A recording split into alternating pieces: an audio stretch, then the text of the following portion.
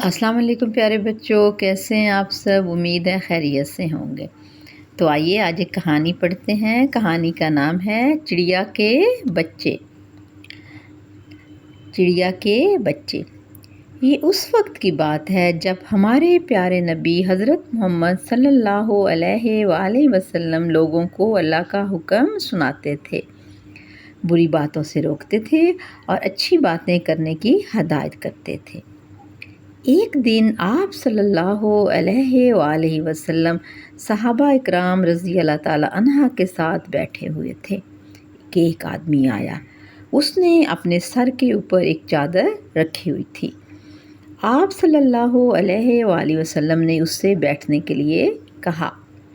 اس آدمی نے کہا، اگر آپ فرمائیں تو میں یہ چادر نیچے رکھ دوں۔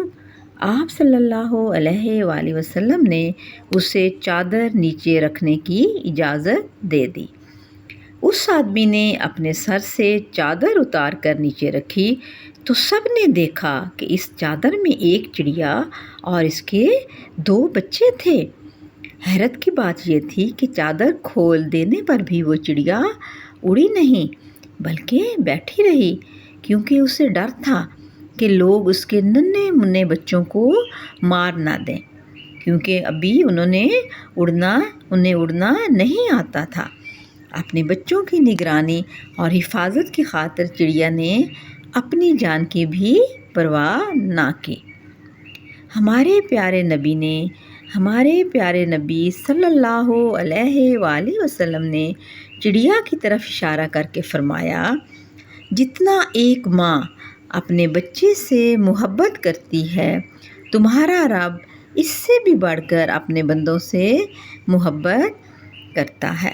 پھر اس آدمی کو تاکید کی کہ چڑیا اور اس کے بچوں کو اسی جگہ پر واپس رکھ آئے جہاں سے انہیں پکڑا ہے۔ تو یہ تھی ہماری آج کی کہانی۔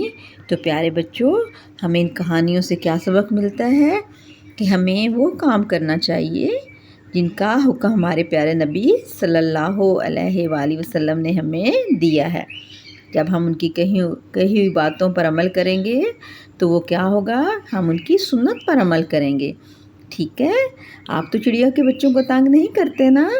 نہیں کرتے۔ ہمیں جانوروں کے ساتھ، پرندوں کے ساتھ، سب کے ساتھ اچھا برتاؤ کرنا چاہیے، ان کا خیال رکھنا چاہیے۔ ٹھیک ہے؟ ان کو نقصان نہیں پہنچانا چاہیے۔ اوکے، اللہ حافظ، اللہ حافظ۔